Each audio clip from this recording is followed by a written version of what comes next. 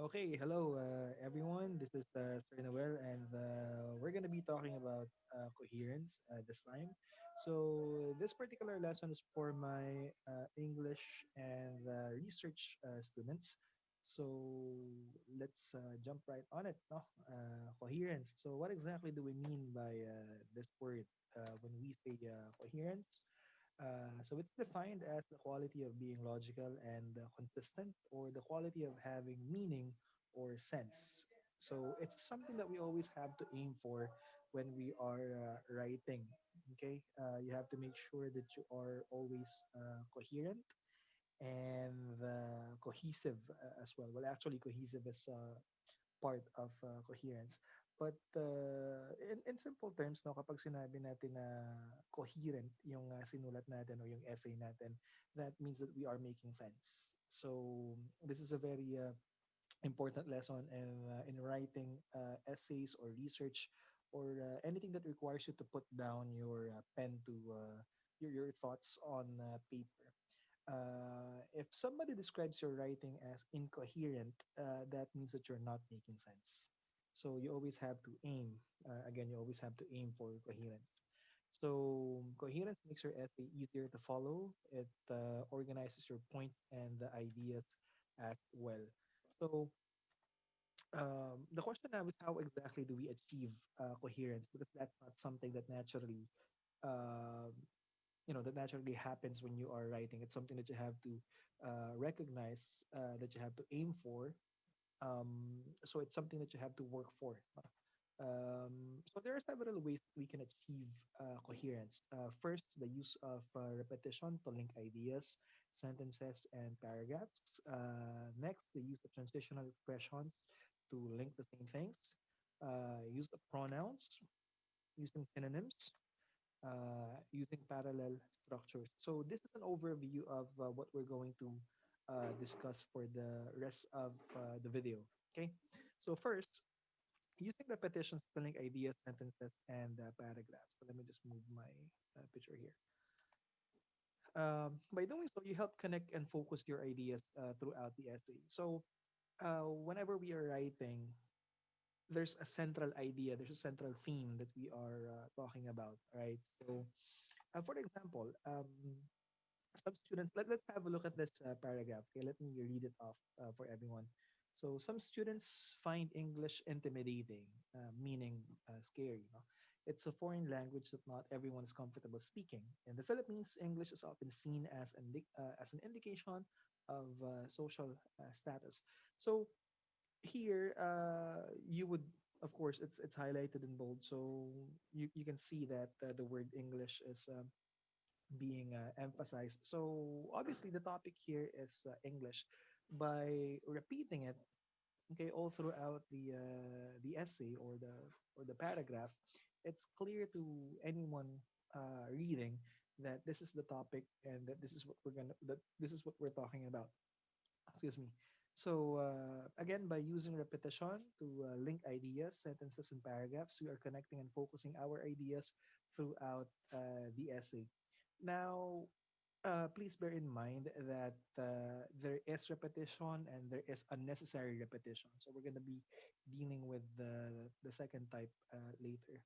So next, use of transitional expressions to link ideas, sentences, and paragraphs. So transitional expressions are also known as cohesive devices. If you remember earlier, sabi natin, cohesion is one part of coherence. No, coherence is making sense. Cohesion is putting things together as a whole in a way that makes sense. So transitional expressions are words such as however, because, therefore, in addition, etc.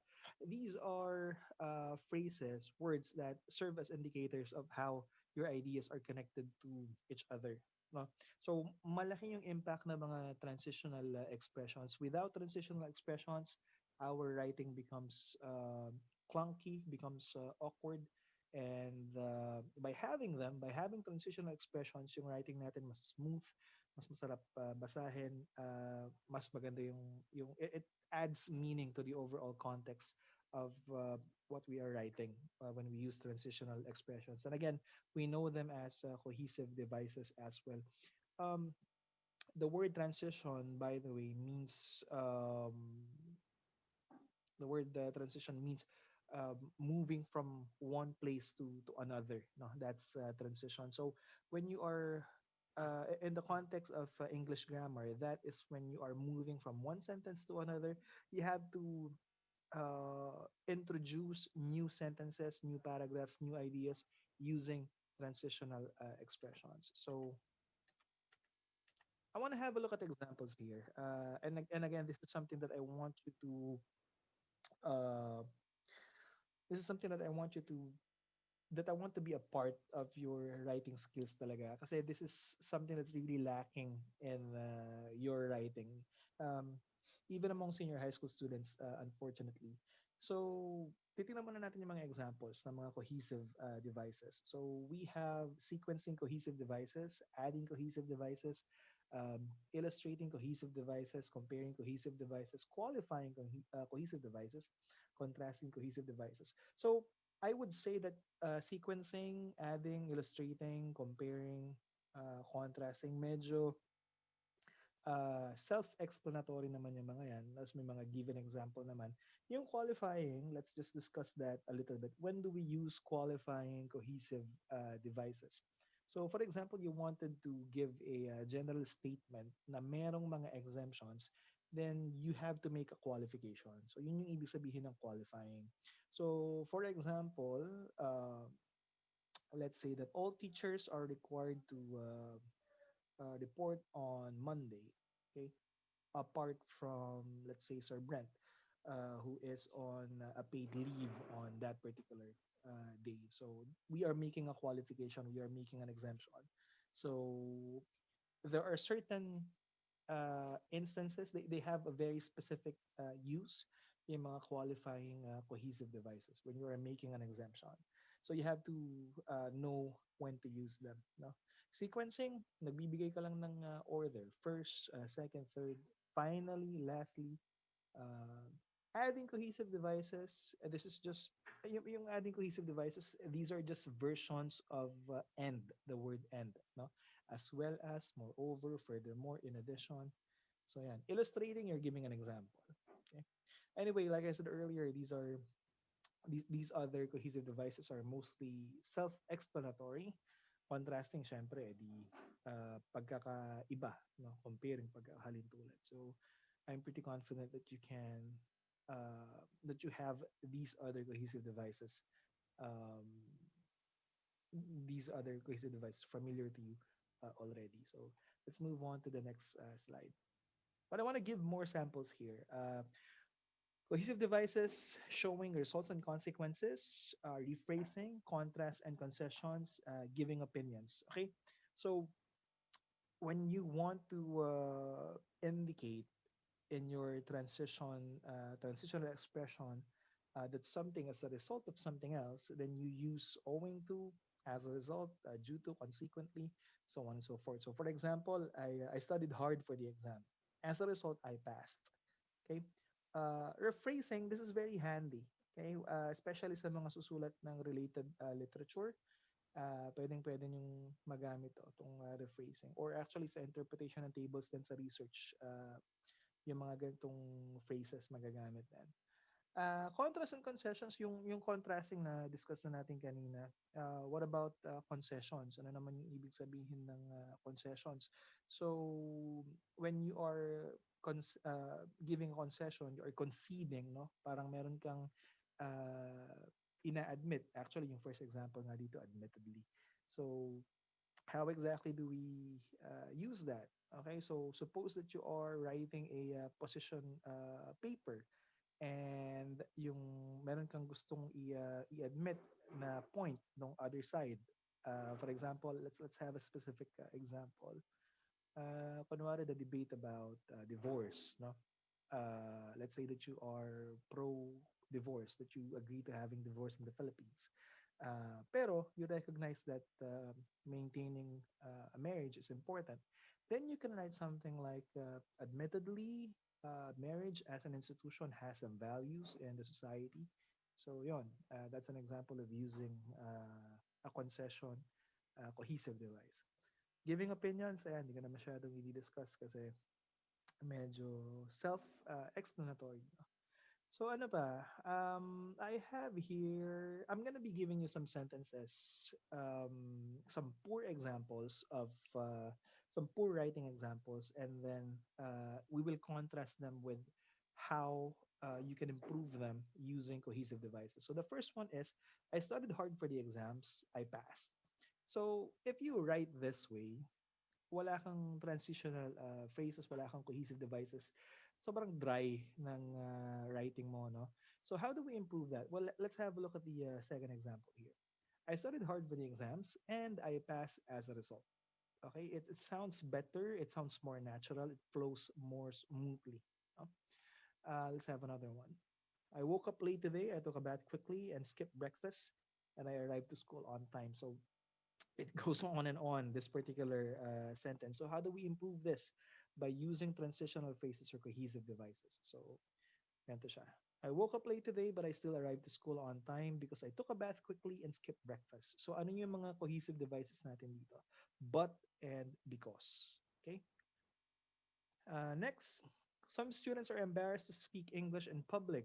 Practice will give them confidence. How do we improve that? Some students are embarrassed to speak English in public. However, with practice, they will gain confidence. So we just simply added the word however. That is our transitional word, our cohesive device in this case. So take the time to compare these sentences with each other, and you will notice that it's always better to use transitional phrases. No? So let's go to the next slide. Using pronouns to link sentences. Of course, at this point, you should know exactly what a pronoun is. In case you need a refresher, a pronoun is a word that takes the place of nouns. No, so he, she, him, they, them. So those are pronouns. Now, we use pronouns to link sentences because it eliminates wordiness and unnecessary repetition. Kasi imagine if let's have a look at our example here. Mr. De La Cruz came early to class to get ready for his students. He wanted to give a good impression. So the proper noun here, of course, is Mr. De La Cruz. Our pronouns are his and he. Now, imagine if hindi kayo gumagamit ng pronouns. That would result in writing that's very wordy and has unnecessary repetitions. So it would look like Mr. De La Cruz came early to class to get ready for Mr. De La Cruz's students. Mr. De La Cruz wanted to give a good impression. So you would use Mr. De La Cruz over and over and over if you're not using pronouns. So you have to make sure that you use pronouns whenever they will serve better than the nouns they are referring to. So there's no need to repeat the nouns over and over. So let's have a look at the next slide. Using synonyms to link ideas and create varieties. So what is a synonym? A synonym is a word that has synonyms are words that share the same meaning. No? So by using synonyms, you are providing variety. Hindi ka paulit-ulit ng isang word lang. No? You're showing your vocabulary and you are providing variety nga. So let's have a look at our example. Lions are considered to be the king of the wild. The big cats have no natural predators. These feline hunters who prefer hunting in packs are extremely dangerous. So, lions, big cats, feline hunters, all of these words refer to the same thing. Diba? Pero instead of you saying lions are this, lions are that, lions are that again, you are coming up with synonyms to make your writing less boring and again, variety. So next, using parallel structures to link ideas, sentences, and paragraphs. What is a parallel? Unang-una muna, ano ba yung ibig sabihin ng parallel structure? Sa English grammar kasi meron tayong tinatawag na parallelism. Sorry, parallelism. Use of matching words, phrases, clauses, or sentence structures to express similar ideas. So, what exactly does that look like? So, let's see. I spent the early days of the quarantine watching movies, reading books, playing board games, and catching up to old friends online. So you can see it's all verbs ending in ing. Watching movies, reading books, playing board games, catching up to old friends online. Uh, that is the better way of expressing the activities that you were engaged in during the quarantine. If you compare it with our second sentence, I spent the early days of the quarantine watching movies, to read books, playing board games, and to catch up to old friends online. It sounds wrong, no? Because it is wrong. In English, when you are writing a series of actions, um, they have to have a parallel structure. So kung gerund, gerund, kung infinitive, infinitive. Pag gerund, ing, pag infinitive, to plus the basic form of the verb, diba? So in this particular case, our point is that you have to make sure that you are using parallel structures to improve your writing. Okay, so let's see. Okay, well, actually, the lesson ends there. Let's just go back to our previous slide to summarize everything. So again, how do we achieve coherence? Using repetition, but not too much. Using transitional expressions, using pronouns, using synonyms, and using parallel structures. Um, Out of all these techniques and achieving coherence, I would say that the best one is the use of transitional expressions. Well, actually, lahat naman yan ay very good advice. Pero yung paggamit ng transitional expressions, that is something that will take a little bit of practice. You have to be able to know which phrases work um, better, which phrases work with certain ideas, certain words. Um, so ayan yung we're gonna have a quiz about that through Google Form. Um, that's something that I really want you to that's a skill that I want you to pick up from this subject, the use of transitional expressions. So ang gamit niyan ay hindi lang sa essays, sa research, at hanggang pagdating ng college magagamit niya yan. In everyday life magagamit niya yung transitional expressions. So anyway, that's it. I'm gonna end the lesson here, and watch out for the Google Form link for the quiz based on this video. Thank you very much for watching, and have a good day.